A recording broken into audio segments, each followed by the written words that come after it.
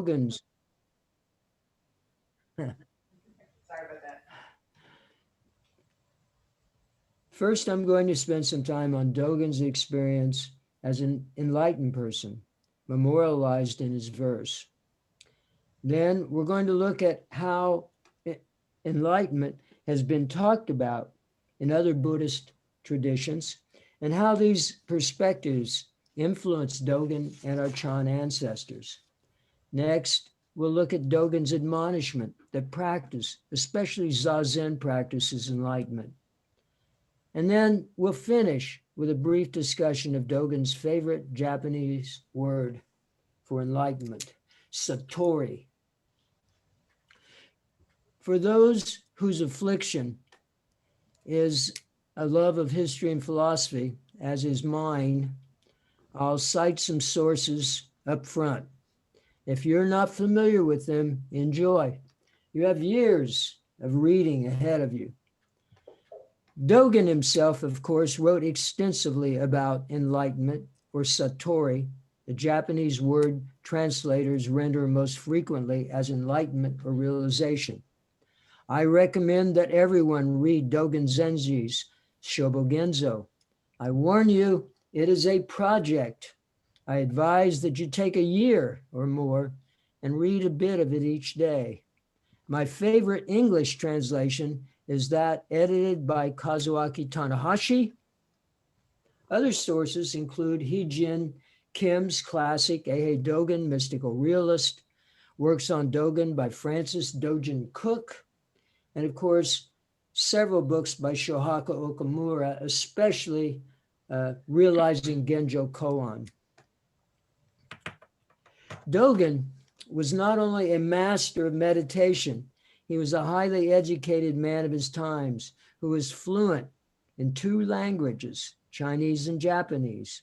He was a priest, a teacher, and a scholar of Buddhism. His notion of enlightenment was shaped by his experience, and it benefited from his vast knowledge of Buddhist sutras and commentaries.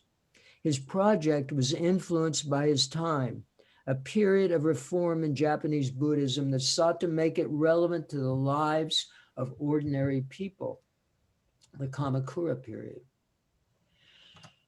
What is enlightenment for the enlightened person? Dogen has left us this description of himself in a verse which accompanied a self-portrait of him. Here's his verse. The mountain filled with leafless trees, crisp and clear on this autumn night, the full moon floating gently above the cluster of roofs, having nothing to depend on and not clinging to any place, free like steam rising from a bowl of rice, effortless as a fish swimming and splashing back and forth like drifting clouds or flowing water. But we shouldn't think that an enlightened life is one without pain and sorrow, or for that matter, joy and happiness. Here's another of Dogen's verses. The unspoiled colors of a late summer night, the wind howling through the lofty pines, the feel of autumn approaching, the swaying bamboos keep resonating and shedding tears of dew at dawn. Only those who exert themselves fully will attain the way. But even if you abandon all for the ancient path of meditation, you can never forget the meaning of sadness. So in Zen, we can be sad and we can be happy. But when we're happy, we're just happy. And when we're sad, we're just sad. As Uchiyama says, emotions never depart, but become the scenery of our lives rather than the driver. Before delving more deeply into what Dogen says, let's look at how other Buddhist traditions have viewed enlightenment. Dogen's ideas did not come out of a vacuum, but developed in dialogue with tradition. Some of these other descriptions of enlightenment have made their way into contemporary popular culture, and you will probably be familiar with them. Here is at least a partial list. Enlightenment is the end point of a gradual process that occurs over many lifetimes. Moral purification is required before enlightenment can take place. Meditation and or other ritual practices are a means or instrumental to achieve the goal of enlightenment. Metaphorically, Buddha nature is a seed which must be cultivated if it is to flower into enlightenment. As I said earlier, Dogen was fully conversant with the teachings of our Chinese Zen ancestors, as well as the teachings of other Buddhist schools and traditions. Moreover, he was truly a product of the Mahayana movement and the Bodhisattva ideal. Here I'm going to risk a historical digression. I think it might help to understand why Zen puts such a premium on the relationship of self and other. Within Buddhism, there are different viewpoints on enlightenment. There is the Hinayana perspective, in which enlightenment is a gradual process that culminates in individual liberation, sometimes taking many lifetimes. This perspective came to dominate Buddhist practices in the early centuries following the death of Shakyamuni. Mahayana Buddhism promotes the bodhisattva ideal of universal liberation. The Mahayana movement was a response to the emphasis on individual attainment, which some perceived as self-interested or selfish. Mahayana Buddhists sought support for their ideas in Buddhist teachings they believe had been neglected. Hinayana practitioners emphasize Buddha's teaching of dependent origination as the origin of the false idea of the self. The Mahayana movement, like the Hinayana, viewed that teaching of dependent origination as a key to understanding Buddha's teaching of no self, really as key to Buddha Dharma, but pointed out that the Tathagata saw dependent origination as a specific example of a larger process functioning in the universe as a whole. We call this larger system interdependent origination, or sometimes interdependent co-arising. I think Thich Nhat Hanh calls it interbeing. In support, the Mahayana movement pointed to Buddha's words, quote, "I shall teach you of the Dharma. When this exists, that comes to be. With the arising of this, that arises. When this does not exist, that does not come to be. With the cessation of this, that ceases. Clearly, the Buddha saw the same processes at work on both the individual and the universal levels. Thus, dependent origination is a specific form of larger processes that give rise to and sustain the entire universe, all that is, which is to say that everything that is occurs to us within experience. Everything that occurs to us within experience arises and depends for its continued existence on its relationship with everything else. Just as the individual person is empty of a separate and independent self, so everything we perceive as separate objects, plants, buildings, animals, others, the floor under our feet today, the zendo, the light up ahead, are also empty. In Mahayana teachings about enlightenment, the relationship between self and other becomes of central importance. For Dogen, enlightenment includes figuring out the relationship between our individual self, our who, and the rest of the universe, or the what, out of which we arise, and all of our individuality. This is the study of the self he writes about in Genjo Koan as the precursor to the dropping off of body and mind of the self and other. Liberation from suffering is no longer an individual quest as it is among Hinayana practitioners, because the individual is not separate. We're all in this together. Dogen's thought did not rise ex nihilo, out of nothing, did not rise out of nothing. Rather, he built on the teachings of our Chan ancestors. Chinese Zen teachers challenged many of the mistaken views that I surveyed earlier, of course, mistaken from the perspective of Zen. Here are some of the responses from Chan. Enlightenment isn't something we attain or acquire. We are always already Buddha right from the start. Our true nature is hidden from us by ignorance. Metaphorically, enlightenment is a jewel covered with mud that we do not recognize, or a pearl sewn into our clothing, and so we live in poverty, unaware of it. Moral and ethical action is an expression of enlightenment rather than a precondition for it, and that bears repeating. Moral action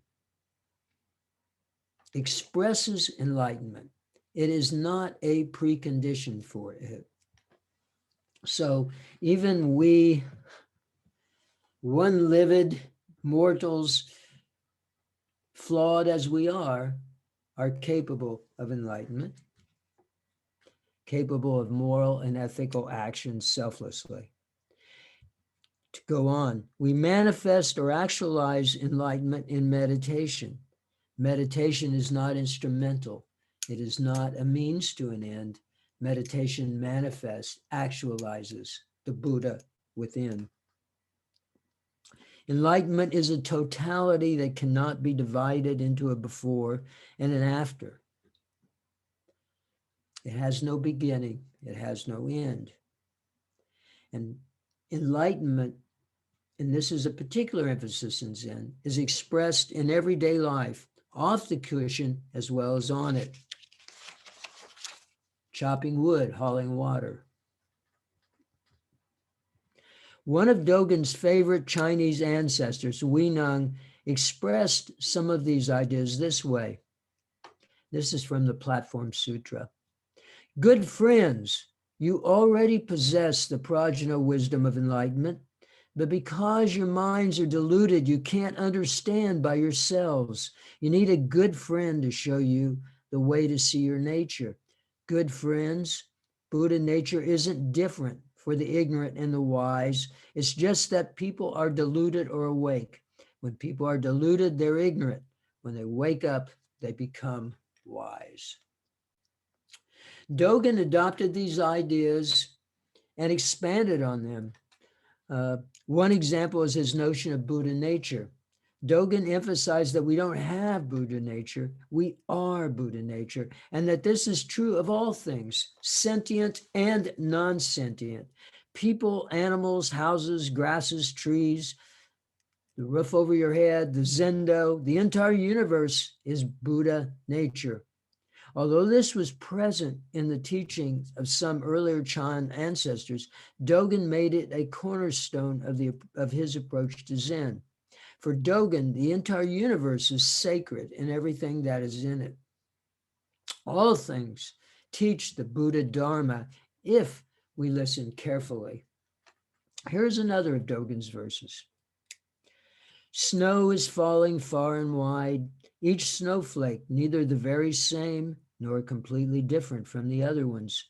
Singing and dancing, they chase after each other till the whole universe is made afresh with its new covering.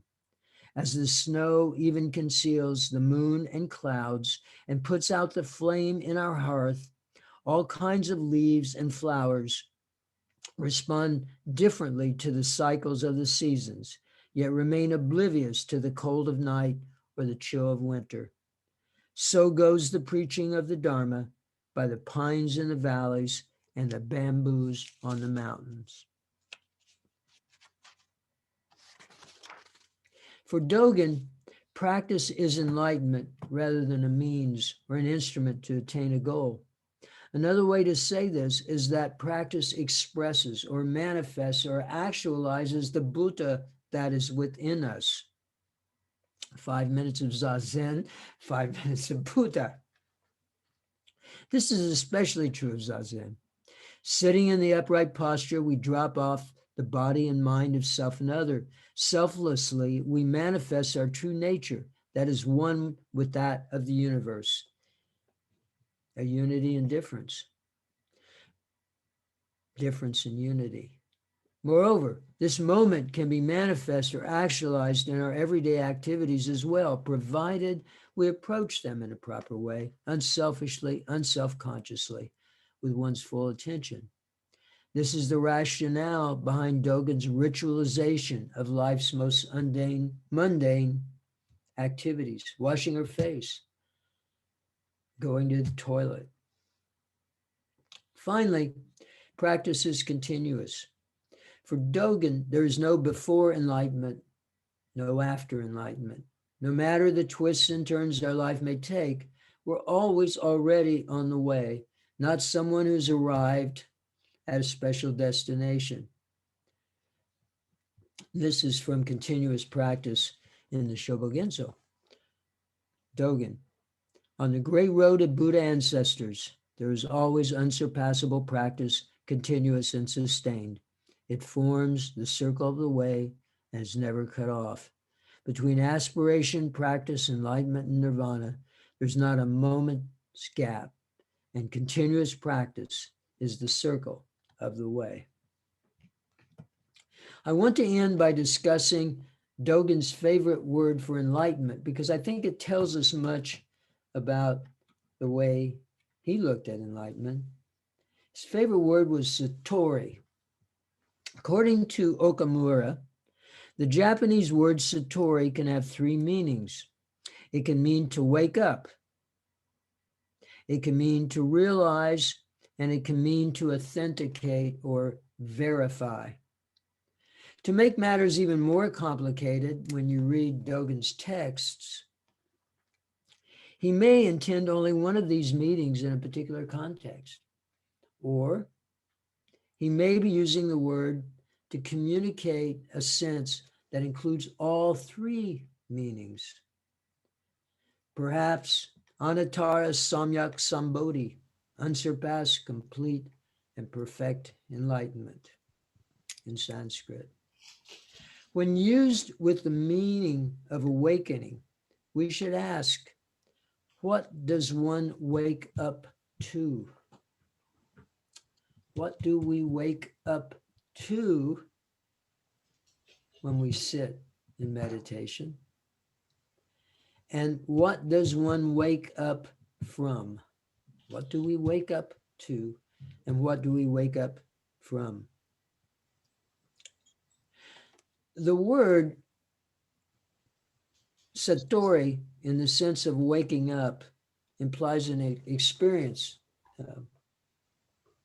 perhaps a peak experience, something that can be talked about as a kensho. A kensho is, I don't think it's exclusive to Buddhists. It's an opening. It's a view of the world. It's something that fundamentally challenges. It's an insight. It's experiential. But if it doesn't lead to a greater realization that involves our whole self, then Zen isn't interested in it. And Dogen did not spend much time on Kensho. He did not challenge Kensho's existence, but he saw it as only part of a larger whole.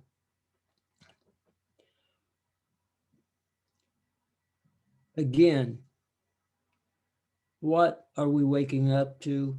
What are we waking up from?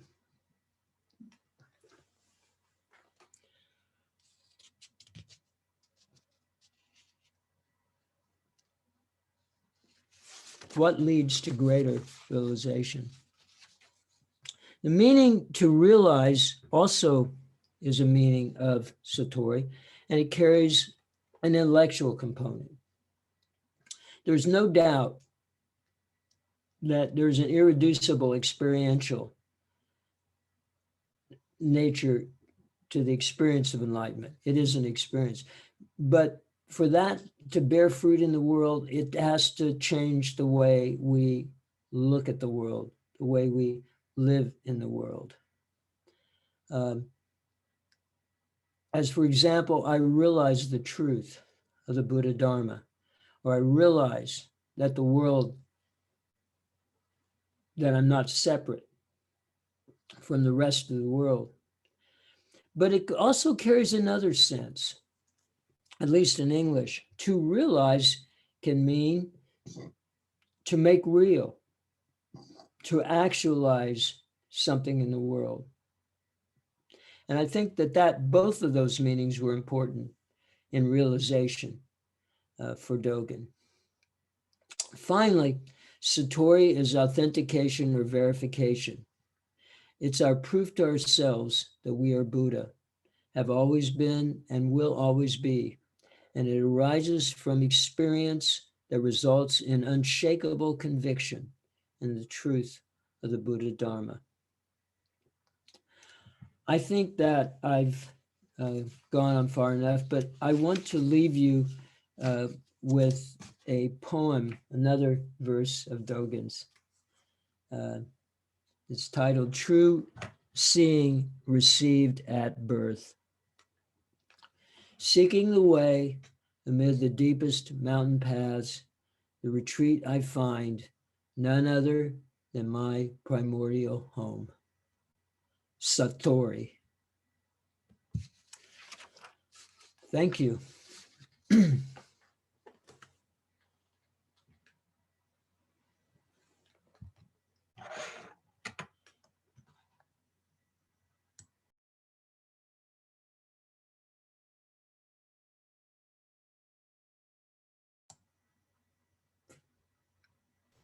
Gasho Sanki, thank you so much for your teaching. So now is our time that we are able to have comments and questions and about your talk. So I welcome anyone that has questions or comments. And we do have a priest in Ango, and he's already, and Segetsu has already got his hand up for comments. He, as always, is kind of like first questioner. Hojo Sensei, did you want to comment about what that is? Okay. Okay, first question. If you, we're getting feedback here, but if you read the early teachings from India, you always got an interlocutor. You've got Ananda, Subhuti, Shariputra, somebody, kind of like a talk show format. Stephen Colbert interviewing Buddha for the sake of the audience. And in our case, we always assign first questioner to a senior student whose job is to listen critically, maybe take notes, which is natural for Segets. He takes notes anyway. And if there's anything that seems the least bit confusing or misleading, try to catch that and bring it up to the speaker and ask the speaker for clarification. So that's essentially the idea there. Umgan has his hand up, it looks like. Nope, he's just scratching his ear. So Getsu, go ahead. Yes, several questions. The first one is, would you please post your notes? I enjoyed your talk. It was very thorough, and it was way more than I could absorb in just one bite. One of the things that came out was something that I had known in a way but hadn't really thought about, and that's that Dogen was highly educated.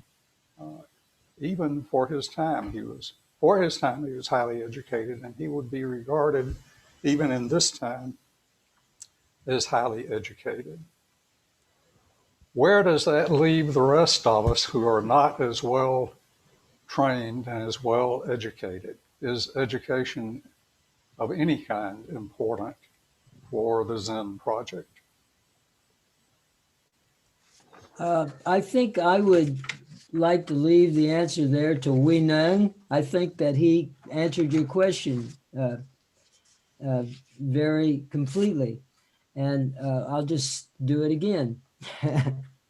Good friends, you already possess the prajna wisdom of enlightenment, but because your minds are deluded, you can't understand by yourself. You need a good friend to show you the way to see your nature. Good friends, Buddha nature isn't different for the ignorant and the wise. So thank goodness, I say. It's just that people are deluded or awake. When people are deluded, they're ignorant. When they wake up, they become wise.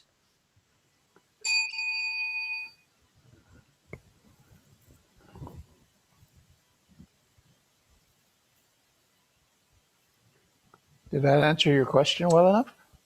It answered it well enough for today. I'm waiting for the full notes.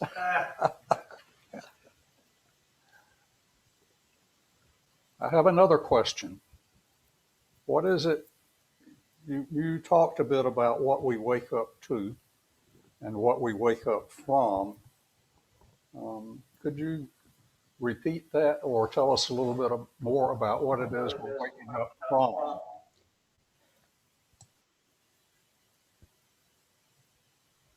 Roger, I left that open because I was hoping that folks would figure out that answer for themselves.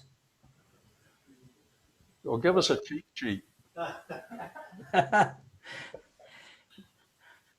I think people wake up from greed, anger, and delusion, and they wake up to the reality of interdependency, interdependent co-arising. I think that that's what they wake up to. What do they wake up from? I think they wake up from their life that we're living, from our expectations, and from the second head that exists up here. So we can't have we have feelings, and then we become averse to them, or we cling to them. We cling to pleasure. We flee from we flee with aversion from pain, and Zen takes away that second head. We can then live our life the way we wish, freely.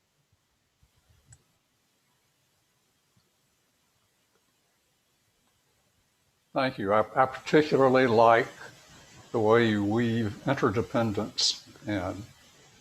It's something that some of us frequently forget, that we are dependent upon each other in many aspects of life. Thank you. I want to compliment Hojo in a way.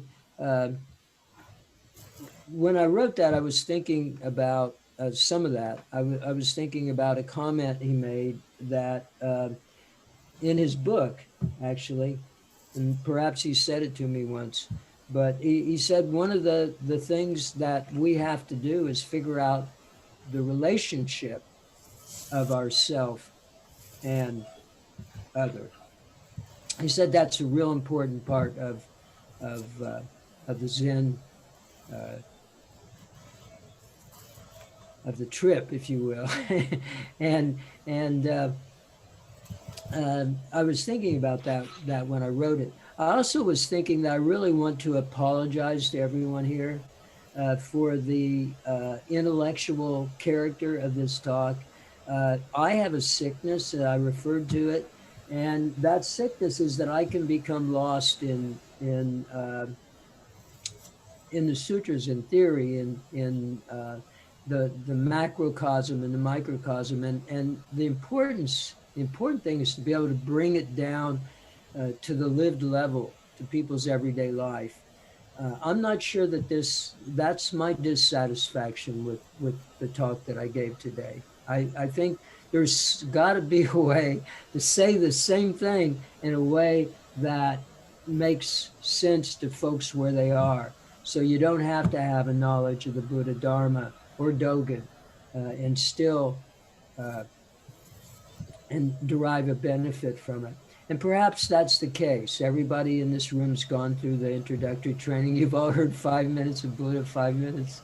And the key, I think, is that selfless aspect. When we sit down in zazen, we aren't necessarily doing zazen. And at least I'm not always, and haven't always done zazen when I sit in zazen. Sometimes I've checked off my grocery list. I've thought about what my plans are for the next weekend. I've uh, waited for the gong to ring, and uh, there's a sense in which, though, if we truly sit long enough, still enough, uh, those things become the scenery, just like these emotions that we have sometimes. Instead of driving us, they become the scenery, and when that happens, there's a field. There's like a minefield, not a minefield as we learned, the horrible things we know about today, but a kind of a a background, a ground that is there, in which everything is happening. And when that ground becomes the center of our meditation, then at that point, we're not self-centered folks anymore.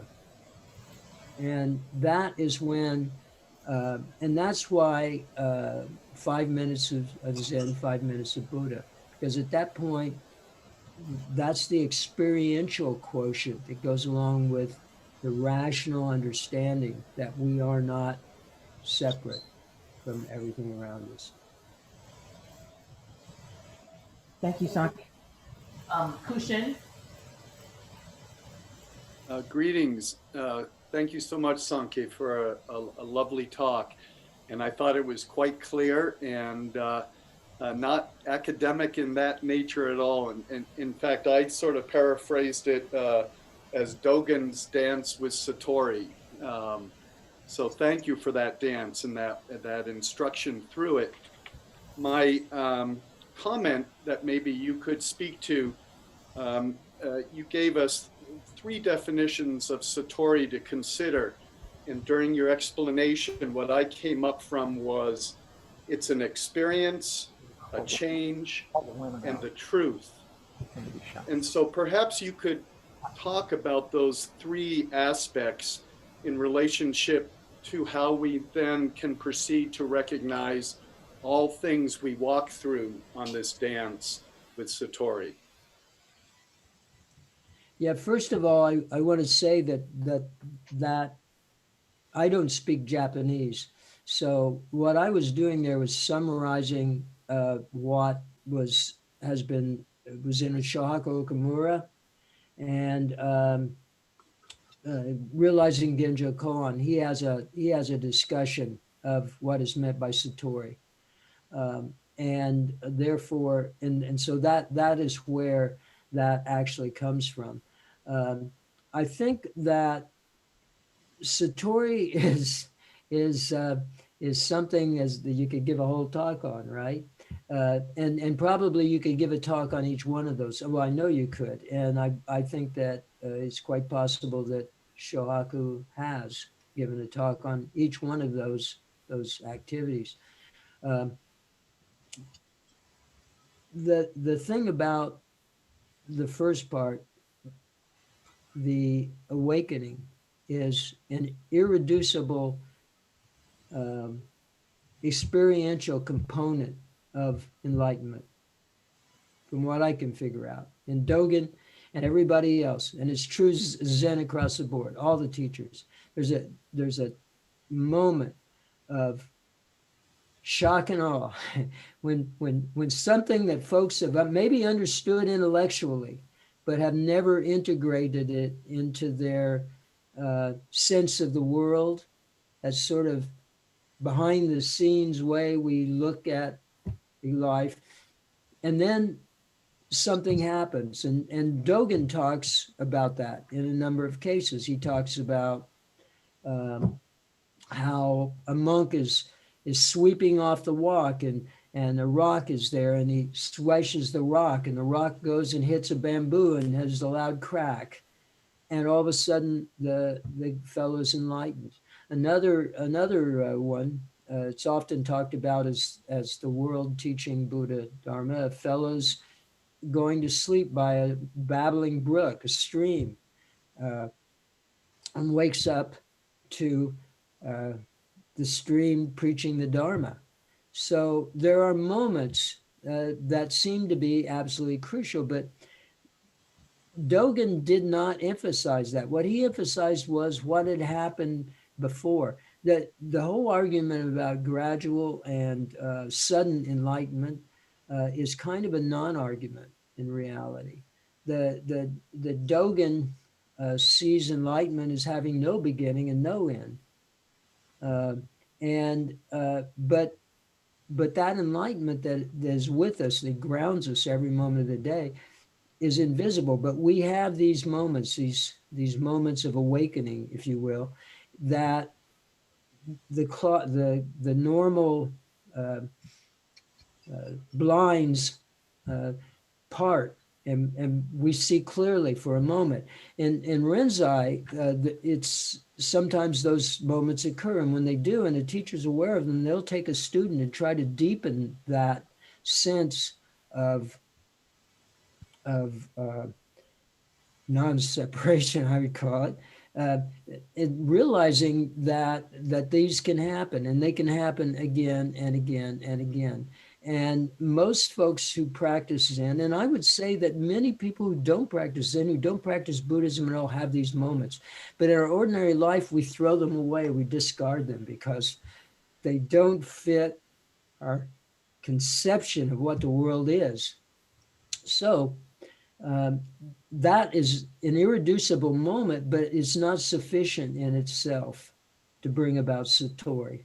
Satori is much deeper, and Satori arises when that glimpse, if you will, of our true nature becomes an integrated part of our personality and in the way we act in the world based on that. It is both intellectual in that sense, and it's also manifested in action, and that's and manifests in the way we interact with others in our daily life. So that becomes that moment there. I think there's somewhere in Dogen where he says that doesn't even have to happen. Actually, he says that practice itself, that zazen practice by in and of itself, even if it's not linked in a person's mind or experienced in Kensho, and Kensho does happen. We're not always aware of it. In that it doesn't rise to that level where we walk away with that consciousness of it having happened. Say it like that. Dogen says if you sit, that's all that's necessary. These changes will come about. He doesn't deny this other, but he says these changes will happen. So the whole notion of gradual or sudden enlightenment becomes kind of not off the point where he's going. And I know there's a lot of misconceptions, and at least I've found them. People say, oh, Soto Zen, they believe in gradual enlightenment, and Rinzai believes in sudden enlightenment. And that's not true. There is no difference there. There are differences in teaching, but not that. So, and then finally, and this is intriguing to me, and I wonder sometimes, and Satori is a Japanese word, and there's this sense of confidence, of knowing, of absolute confidence in the word, in the teachings, that comes from these personal experiences and the consciousness that rises out of it. And that sense of validation based on experience, that verification element, is key in Dogen. People at some point, they verify this reality. It becomes real for them. Uh, you could say it's a matter of faith, but it's the kind of faith we have that if we fall down, we're going to hit the earth, because gravity's been around for a long time, all of our life. And if you're walking this earth and you trip and fall down, you're going to go down. You're not going to fly up to the moon. So there's that sense of deep bedrock uh, confidence in the teachings based on the experience. And for Dogen, that was included in his notion of enlightenment.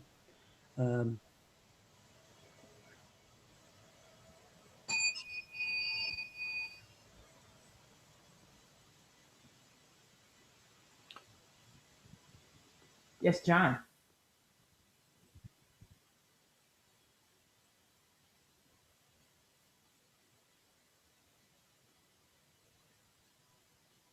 you calling on me? Sorry, okay, so there's another John on. I call you Pi. Oh, Thank you, Sensei Harold. I found your comments this morning to be extremely helpful. Thank you for that.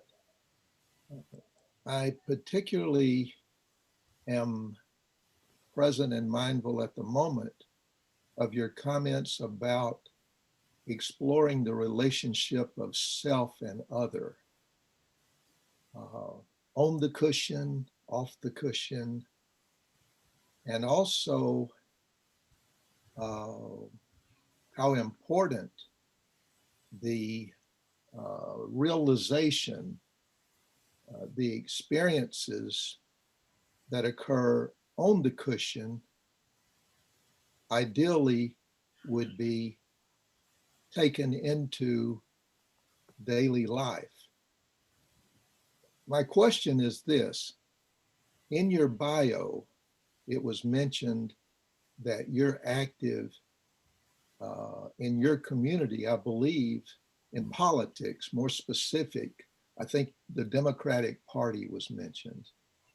And this is an area that I've twisted and struggled with lately, this divisiveness that seems to be such a viral, inherent part of what I'm experiencing locally and nationally in this environment level politics. My question to you is, how does your experience as a Buddhist on the cushion, off the cushion, how does that impact the way that you are engaged in the community currently? I think that you have to be who you are, where you are. I don't know if that makes sense or not, but I'm not a different person in my activity in my precinct than I am in the Zendo. There's only one person there. Not obviously, others are involved in politics and they have different ways of acting and being, but I don't necessarily have to buy into that. I think that we're called upon to be good citizens, and in my area where I'm a precinct, it's very low income. I see this as one way, not only of working to help people, but working with people. And I have a long-term part of being part of the Democratic Party in that. But in doing that, I don't surrender the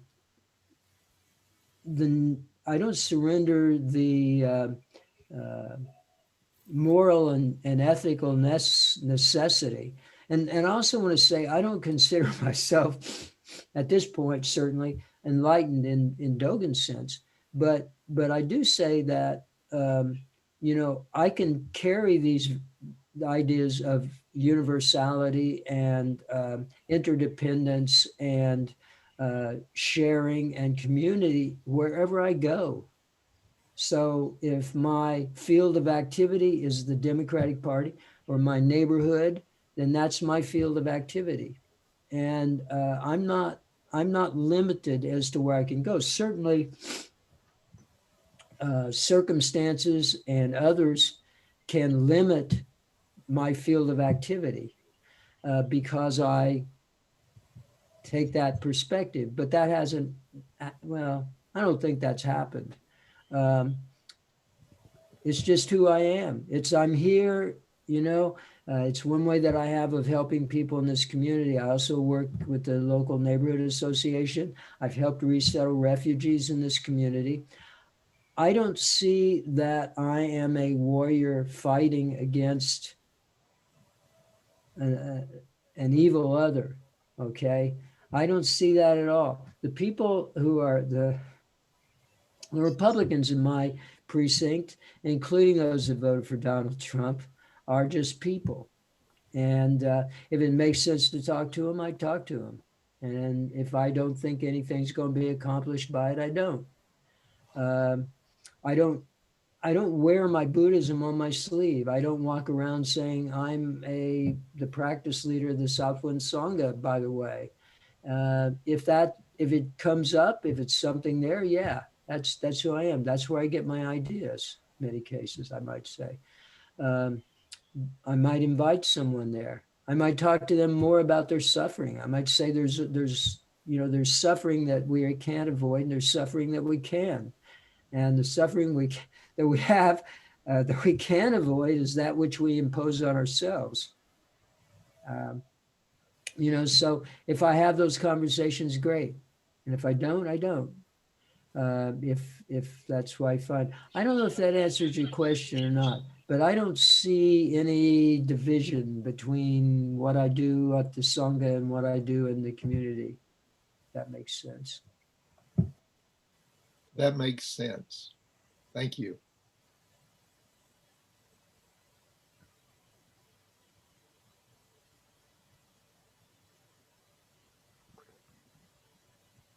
Again, folks, if you have questions, I've been checking online too, Sanki, just to make sure the comments that I've gotten are that they really appreciate the talk and the teaching. No questions thus far, but I really appreciated your comments on interdependence, and I also appreciated John bringing that comment up as well. Being able to see self and other as the same thing and one, and again, just your comments related to how you work as the same person wherever you are. So wherever you go, there you are. So again, we welcome comments and questions. Please, if you have any, if you want to put some in chat, do that as well. We have a few more minutes. You can probably take 2 or 3 more questions. And any Patty or Corolla or any other folks online, please do not hesitate to ask questions. Good to see you, Pat. Haven't seen you in a bit. I want to call him out because he's new. And Hojo Sensei is telling me to call Smitty out because you're new. But welcome to the Sangha. We appreciate new faces as well as old.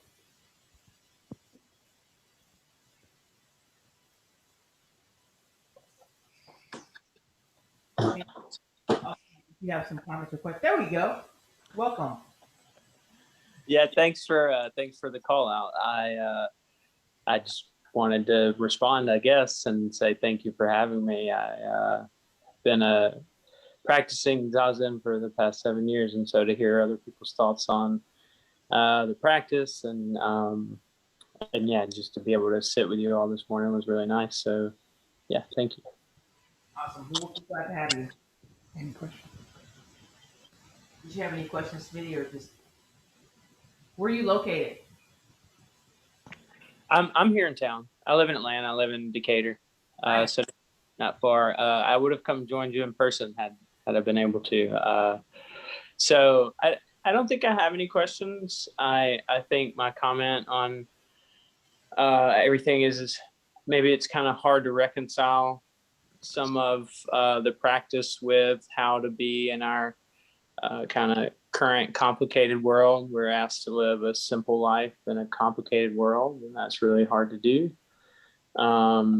And I think sometimes, I don't know, what's been coming up for me recently is the not becoming too attached to the teachings and the Dharma itself, and being able to, it's just something else to let go of, you know. And so sometimes I drift off into the realm of intellectually understanding the ideas, and they almost get in my way. And so sometimes I just need to sit.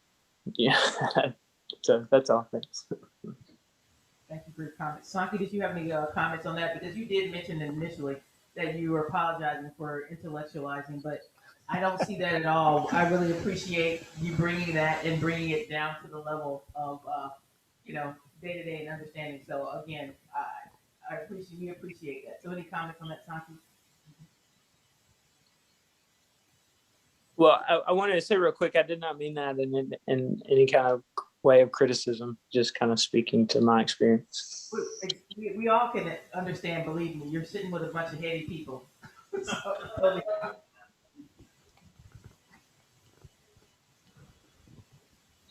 Go ahead, Sanki. Comments on that? My only comment is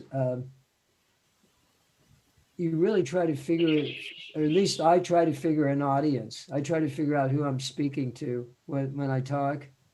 And that can mean speaking in a number of different ways. I'm not sure that I would have given this talk to the Sangha at home. I'm here in Wichita. But it's really hard to talk about something like enlightenment without without using what are almost slogans anymore, or cliches or whatever on the one hand, and on the other hand, without talking in a way that's not accessible to people. I have a whole lot of sympathy in the idea of,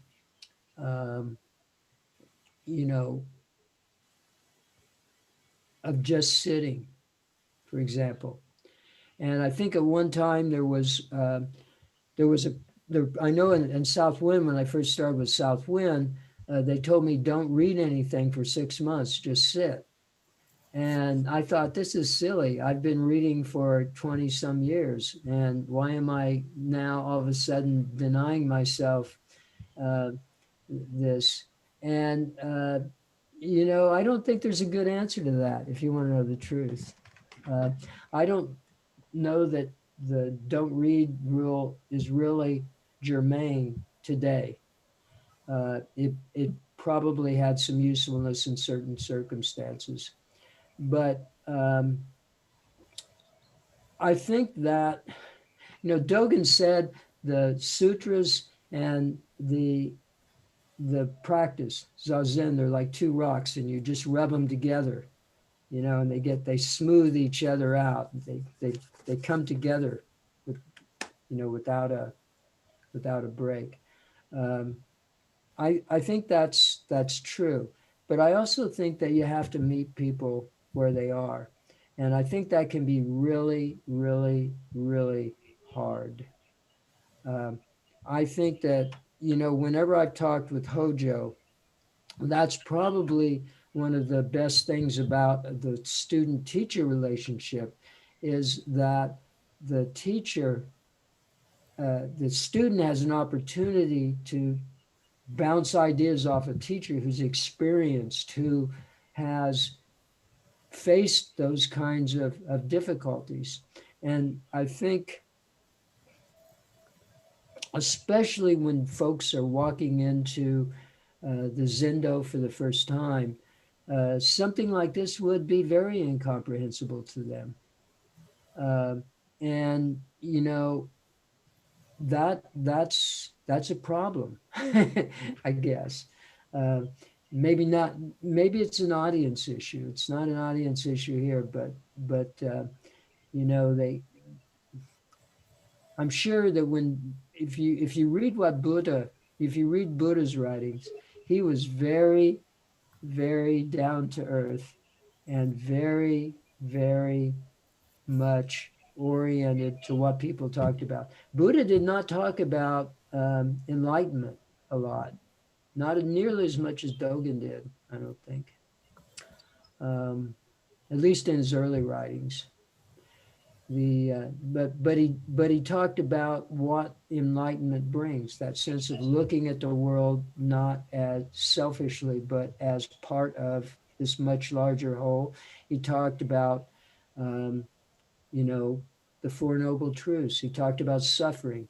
Everybody in our Zendo has come, I think, because of some form of suffering.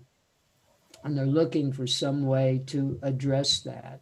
And I think that in some sense, that's probably a deficiency in this talk. It needs to also address that idea of suffering and, you know, and talk about how Dogen's ideas in this enlightenment addresses their particular suffering. Where do we go from there? And that's why I value my discussions with Hojo, because he was always able to get it to the ground level. And my inclination has been, you know, I almost had a double major in philosophy, and theory and philosophy are things that have just some sort of just to play with them. I just enjoy it so much that it can overtake what else I want to do. So I thought about it a lot. I still think this could probably be worked over, but not in an hour. I don't think you could say it right in an hour. We appreciate your attempting to jump on enlightenment within not even an hour, but allow us to have a conversation. So, thank you.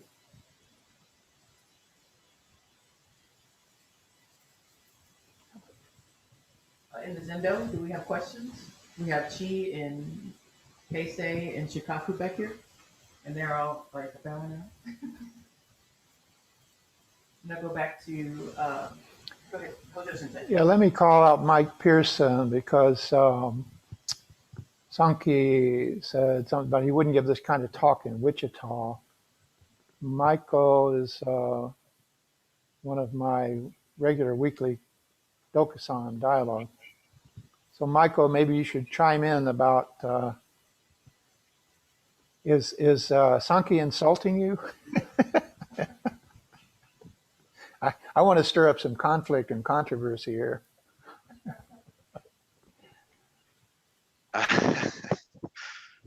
Certainly no. Greetings to all, by the way. Good morning. And yeah, I mean, I'd really like to thank Sanki as well for his talk. I found it very illuminating. I'd say personally, I probably the sickness that Sanki mentioned is one that I think I can relate to. The tendency to get bogged down in the theory and the thinking about these things. So I didn't personally feel insulted by it. I thought it was a great talk. I found it accessible. I guess if there was one question I had, which to be honest may have already been answered by now, but it was when you mentioned Sanki, rocks and sort of insentient beings also possessing Buddha nature. I was wondering if you could speak a little to what it is you think is the cause of the difference between ourselves as sentient beings and rocks. I mean, obviously, you could talk about ignorance. What would you say is or what does Dogen identify as the cause of the ignorance? What is it that lies behind that, and why is it that a rock has Buddha nature, I have Buddha nature, but I have to do something, so to speak?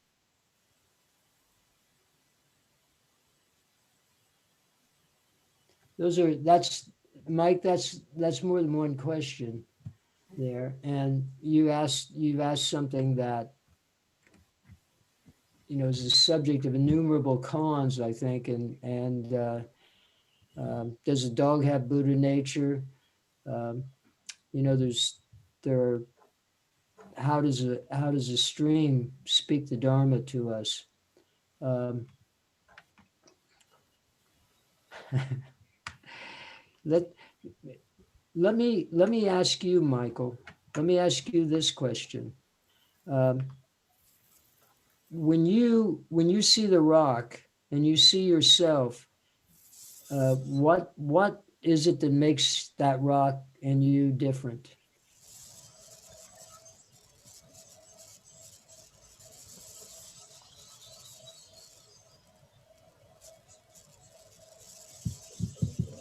Are you still there, Michael? Sorry about that. I forgot double muted on this when I'm talking on the cell phone. I suppose ultimately it is myself or my perception. So the difference between a rock and yourself is that you have consciousness and a rock doesn't. Right. Yeah, I'd agree with that. Okay. So you have cats, right? Oh, yes. And do your cats have consciousness? Certainly more so than a rock. Although you wouldn't recognize it to look at him right now. So what's the difference between you and a cat? I provide the food, the cat eats the food. Maybe you have more choices, right? Right, absolutely. Yeah. So in other words, you can create karma.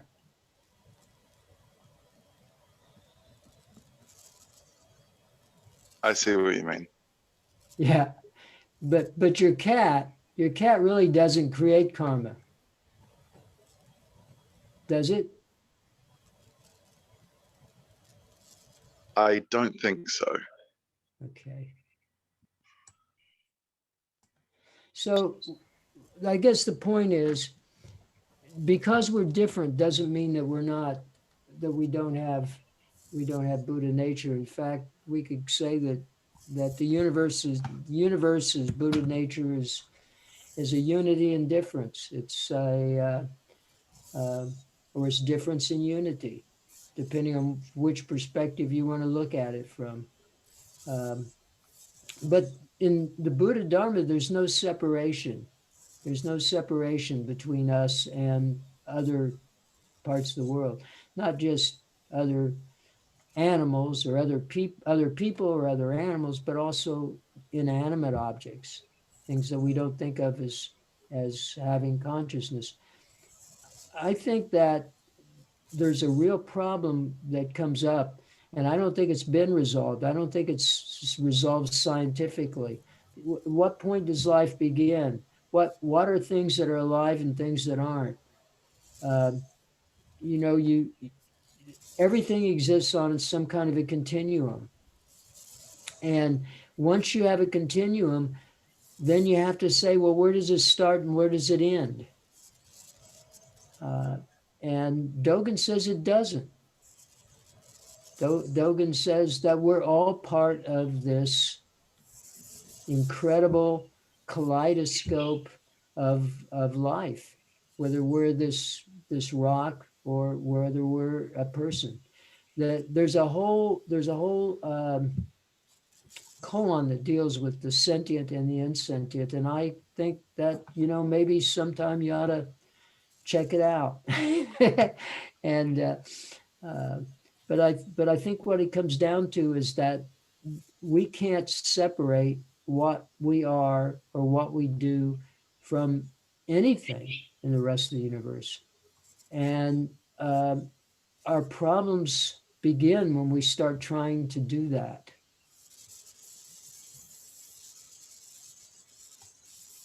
Thank you, Sanki. That makes sense. I will definitely be sure to check out that koan. And I see Rowan David Toomey turn on his camera. Did you have any questions? Yeah. Yeah, there you go. Sure. Thank you for your teaching. Would you mind discussing or talking about the relationship of Kensho to Satori? Yeah, I will. And I notice we have Onyun on here who's had some training in the Rinzai school. The whole notion of Kensho is much more important in Rinzai than it is in Soto practice, partly because Rinzai sees it as a way to hasten that by drawing attention to those experiences and by using certain kinds of teachings and techniques that we can broaden that to some kind of understanding. The notion between Kensho, I would say, is limited. It's similar to that first notion of Satori, the first meaning of Satori, which is to wake up. We wake up for a moment. The sky splits, and all this time we sat on the cushion, all this time we've read the sutras, all this time we've spent discussing it, like today, all of a sudden something clicks, and it becomes an experiential moment that validates these things. But that curtain closes too. And we're back where we started from, unless that moment becomes a part of who we are and how we live in the world. And if it doesn't get manifested in action, if it doesn't result in activity and action, and then it's worthless. It is totally freaking worthless. You could go, drop some acid. I'll tell you a story. I have a friend who's very much a psychologist and very new, I would say new in the Dharma, but very, very much into psychology. And there's apparently a book out by a psychologist who had a stroke. And as a result of this stroke, her left brain and right brain were separated. And all of a sudden, she lost her sense of separation from the world around her. Now, for her, it was an epiphany. There's another word that James Joyce, the portrait of an artist as a young man, he had this epiphany. Anyway, she had this epiphany that she couldn't tell where her skin started, where her body started, and where the wall was she was leaning up against. She lost all sense of herself as an independent, self-sufficient being. And then, of course, she recovered from her stroke. And of course, you can't live in the world like that, right? You can't be like that all the time. That's a nice experience. That's great. And if it changes the way she behaves, then it matters. If it actually results in her doing something in the world where she manifests this new selfless consciousness, this new sense of not being separate, then it's a wonderful thing. But if it doesn't, then it's nothing. Yeah, John Hinman, My Stroke of Insight. That's the name of the book. That person that I know, I hope she doesn't dislike me now. She sent me My Stroke of Insight. The woman that wrote that did a TED Talk. It's an 18-minute TED Talk. I watched the TED Talk. My friend asked me, "What do you think of this TED Talk? Is that enlightenment?" And I said, that may be a Kensho. That may be a Kensho. But unless it changes something in her life, then it has no value in Zen. It has to become a way of living.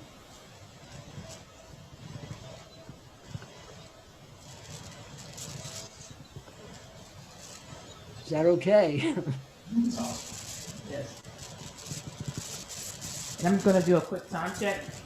We are a couple minutes in, So I'm going to kind of bring us back around. Sanki, as always, it is such a pleasure to hear you share the Dharma and your experiences and your teaching with us.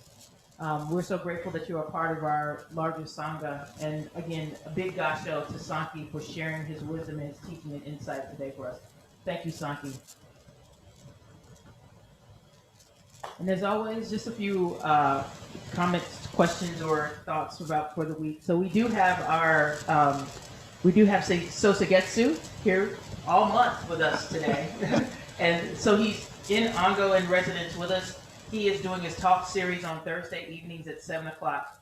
So if you are able, please join us at 7 o'clock there's a link and everything on the calendar, and we'll be putting out communications as well about our weekly talk series. And he is also here to have individual Dokusan or meetings with while he's here, and just in general conversation. So Getsu, did you want to say any comments about your Ango or about your intention for your Ango? What I would say is I haven't been in the Zendo in years, maybe a decade. And so it's a real learning experience for me. Having been away in Florida and then in South Atlanta, coming back and reintegrating myself really literally, physically with the membership. So I appreciate the opportunity to be here, particularly to be able to be face-to-face with people. And even though we're now face-to-face via via a monitor, it's different from sitting alone somewhere out there south of Atlanta, wondering if there's anybody else around who does this same kind of thing. I feel reinvigorated. And Sanki, thank you so much for your talk. I really appreciated it. Awesome. And also on our Tuesday evenings, we are now reading Hojo Sensei's book, and we can actually have him up close and personal to talk about our insights about that, and he can, tell us if we're right or wrong or good, bad, and the ugly. So please don't hesitate to do that as well. He also received an IPPY award for that, so we put that information on. You'll be hearing some more about that. So again, a lot of people are excited about the text. Any comments, Hojo Sensei, about? I'm good at the ugly part. As well as, again, we have, if you have already talked to Hojo Sensei and to Corolla about sewing, you would know that we have an upcoming opportunity on that as well. Corolla, did you want to say anything about that? If you are in that state, then Corolla should already know of you. If not, talk to Hojo Sensei and Corolla. Eugene, any questions, any comments about that? My plans are that in 2 weeks, we will start on Saturday morning at 10 o'clock. And so till everybody is sick of it, and we'll sew Sunday afternoon.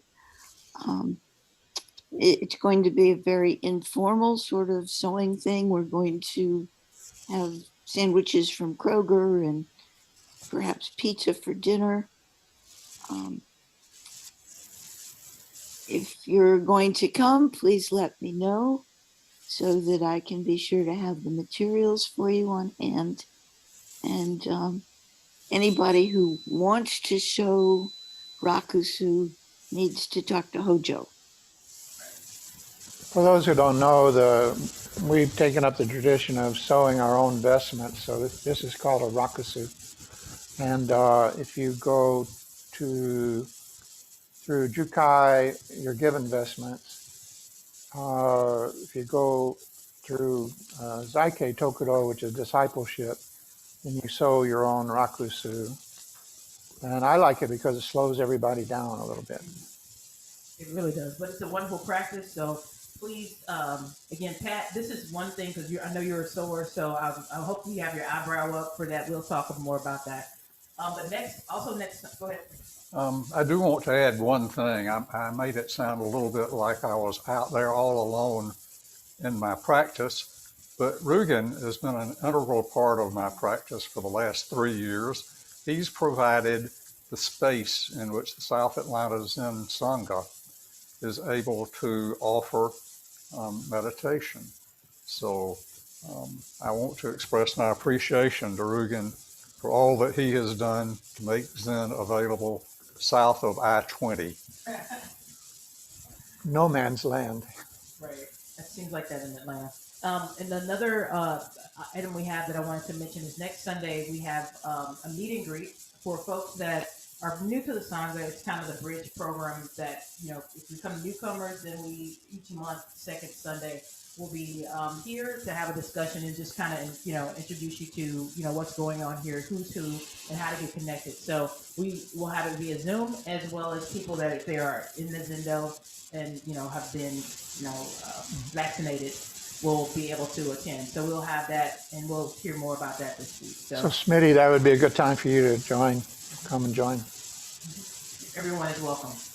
And again, as always, we're so grateful to those folks that are consistent contributors. And again, it keeps our teacher fed and housed. You can see I haven't missed too many meals here. It keeps the lights on and allows us to continue to provide practice opportunities in the space. As well as if you have not, we would ask that you value given, value received, consider becoming a consistent giver. And without further ado, we ask that Shikaku bring us out with our closing Dharma verses. And again, we're so grateful for your practice and your continued support and your presence. Dasho, everyone.